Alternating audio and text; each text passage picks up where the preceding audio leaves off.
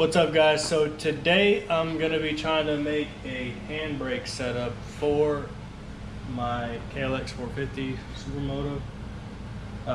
So here's what I'm gonna try to use. So first thing, I got this left hand brake master off Amazon for like $13, I think it was. You see it's got the reservoir up here and it's left hand, so it'll mount on the left side. The next important thing I bought is some brake line. I bought, I think, 74 inches. It's either 70 inches or 74 inches, I think, with the 10 millimeter ends on them. And then the next thing that I'm gonna try to use, so this was about $13, $15. I think this brake line was $18 on Amazon. Both of these are off Amazon. And then I bought this off eBay. And this is a rear brake caliper and bracket off of a 2006 Yamaha R6. I saw one of these and I saw that it was dual piston and it had the bracket.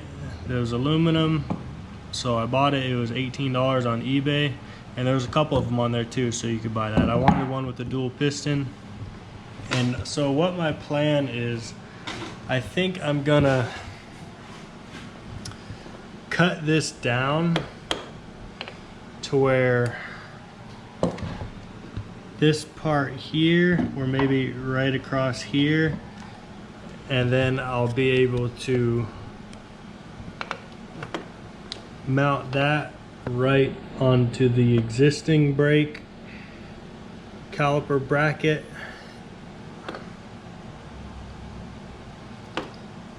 And then I'm going to weld them together and hopefully that'll work. I don't know if I should. It looks like the best spot to weld to is going to be up here. So that's probably where I'll try to weld it to. Right up there like that. Except it'll be a little shorter. Come down here.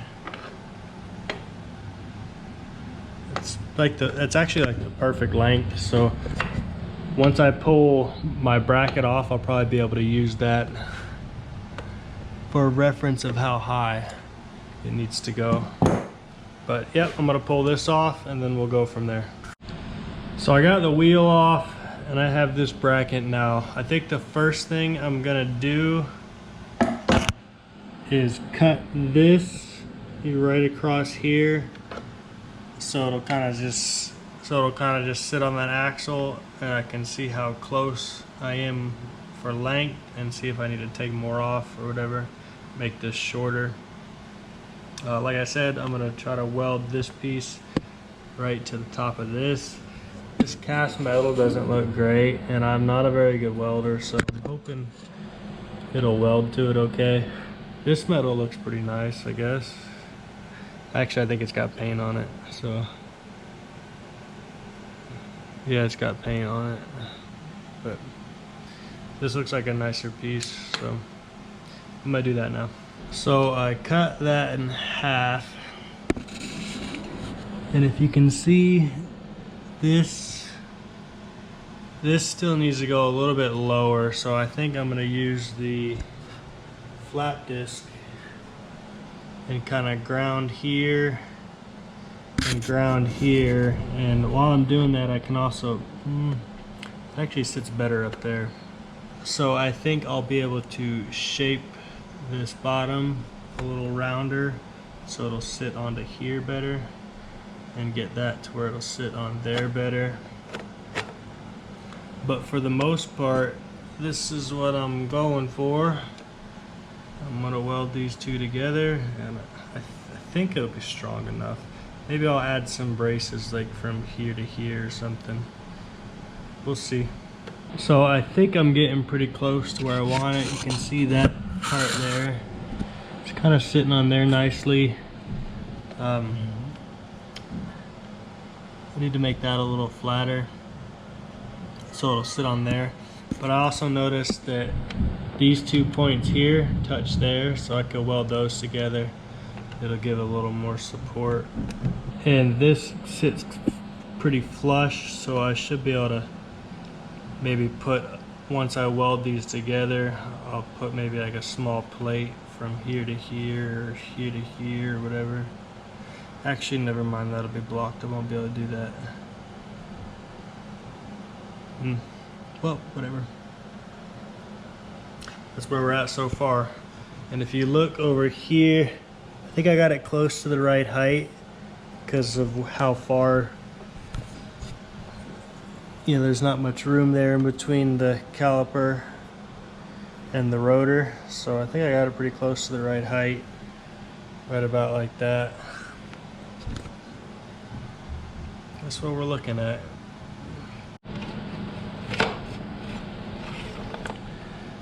Okay, so I think right around here is where I want it. The next thing I'm gonna do is get my welder over here and tack this into place, and then I'll pull it off and I'll add a bunch more welds to it once it's off the bike. And I also have the calipers off of it. Okay, so I put 2 tacks. Like I said, I'm not a very good welder, so I got 2 tacks on there, and 1 up there to hold it all together. So for the most part, it's one piece now, and now I'm gonna pull it off, take the actual calipers off of it, and try to weld it all together pretty well. All right, so this is where we're at right now. I've been trying to weld them together. See, I got a bunch of weld in there. I have some there. I'm gonna have to clean up this some so it'll still sit flush.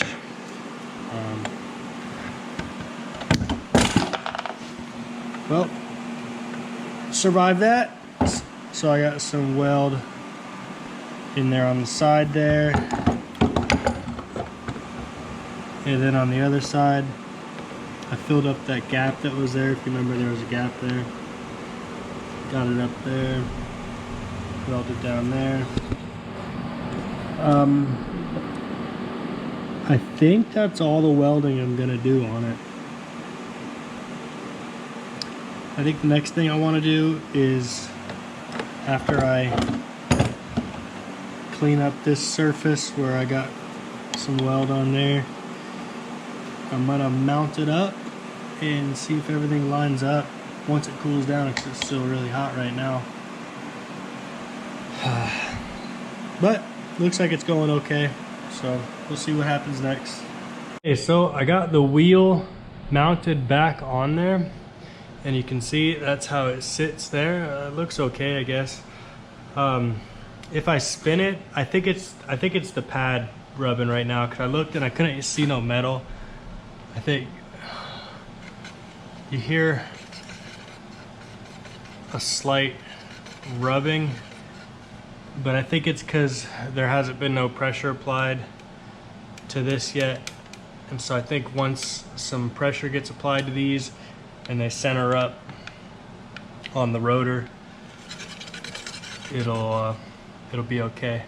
The next thing I'm gonna do is hook up my stock brake back up, and then I'm gonna start figuring out how I'm gonna put this on. This is the left-hand brake master, and if you look up here, I got a bunch of crap up here, so there's not a whole lot of room. I'm probably gonna have to get rid of this mirror and get rid of this this bar that goes across. That'll free up some room so that I can move the engine stop down and move the light thing over here some, and then I'll be able to mount the brake right where that is, I think. So next I'm gonna hook up the stock one and we'll go from there. Okay, so after fighting with it for a little while, this is how I have them mounted. I had to move my light switch, which is right here. I don't know, I'll put that somewhere else. I think this brake master, I bought the cheapest one I could find just to see if the mount that I was gonna make was even gonna work. I think if I get a smaller one that has like the remote reservoir and I can mount the reservoir over here or something, I think that would probably work a lot better. Also, if I got a smaller clutch handle, like all of this right here on the stock one with the hot start and everything is really bulky. You know, if you look at my WR over here, it's a lot smaller, takes up a lot less room. So there's a lot more free space next to it. I think if I can get something like that on here, it would probably work a lot better. Maybe get a shorty clutch and move the hot start to a lever over here or something. That'll probably make them a little more room, but it's mounted and I think it will work. Next thing I need to do is run the line and then bleed it. So I got the brake line ran right here. I was able to get it underneath these like factory clips to hold it in place. I just ran it down through there, over top of the motor, and back up around through there. The only thing I have left to do is bleed both the stock brake and the one I added. So I'm gonna bleed them, and then I guess we'll have to try it out. Well guys, it's a couple days later, and I finally got this bled. I was having a problem. I couldn't get the air out of the caliper. I ended up having to take the caliper, unbolt it, and compress it with the C-clamp, and then I opened up the bleeder and just let it run out, and I had to like turn the caliper a bunch of different ways, and I got a whole bunch of more air out of it, but it's actually working now. I had some difficulties mounting the handles. This is what I ended up doing for now. I think I want to switch it up later. This is actually slid off a little bit. I put the clutch on the bottom because of the big reservoir. It was getting in the way of the clutch on the top. I think if I can get an aftermarket clutch handle that doesn't have this big bulky knob on it, and I'll move the hot start lever just to like one of the buttons that's down here, the little individual cable button down there, and that'll free up some space. But I can pull the lever and, well, you can't really see it now, but it locks up the rear wheel. I'm getting ready to clean up my tools. We'll take it to the backyard and I'll see if it'll, I can tell so you can tell there's pressure on there. I think I still have a little bit of air in there, but it's definitely enough to lock up the back wheel. I do still need to mount this somewhere. I think I'm gonna probably just try to stick it on there somewhere. So it'll be a little crooked, but it's not like I need to really ever get to this. It's just the horn and turn signals and headlight, but I don't ever use turn signals, and headlight's always on, so that's about it. So if you're wondering what I got invested in this, you know, I paid, I think it was $17 for the caliper on eBay, shipped. Actually no, there's like another $5 shipping, so we'll say $25 for the caliper. I think the hose was about $12 or so, and it came with some crush washers and everything. And then I think I paid about $14 for this master, and you know, of course we got some brake fluid we had to buy, but total investment, I think I had maybe like $60, $65 invested into this, and it's a lot cheaper if you don't have the money. Or you know, I probably could have saved up and bought a nice bracket, but this is a 2008 KLX 450, and I could not find a bracket for this bike. Maybe there's one out there, but there's my welds there, and of course there's more on the other side, some more welds there. I think this is going to hold up pretty well. It looks super sturdy.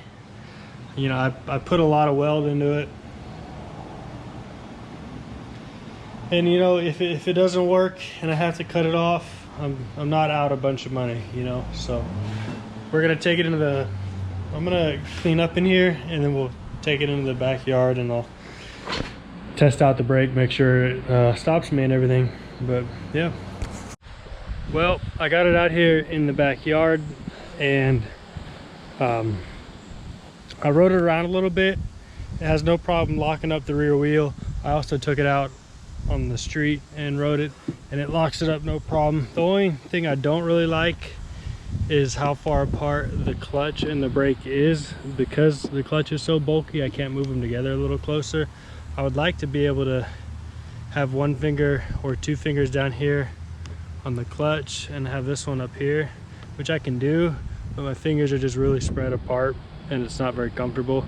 And I am able to lock up the rear brake with this finger. I mean, maybe, I'm not saying that you will be able to, but you know, if you have strong hands, one finger is enough. And so I just moved that down there, and I have the stop down here. I'm probably gonna move the engine stop back up here. The hot start lever is actually binding up a little bit back here because the cable's a little bent where the brake is pushing on it. But that's all stuff that can be fixed. So, you know, I spent like probably $65 on all this setup, and I did have to TIG weld the aluminum. So if you don't have the ability to do that, you know, you might have to pay somebody to do that, and it can, you know, that could cost anywhere from $40 to $150, I would think.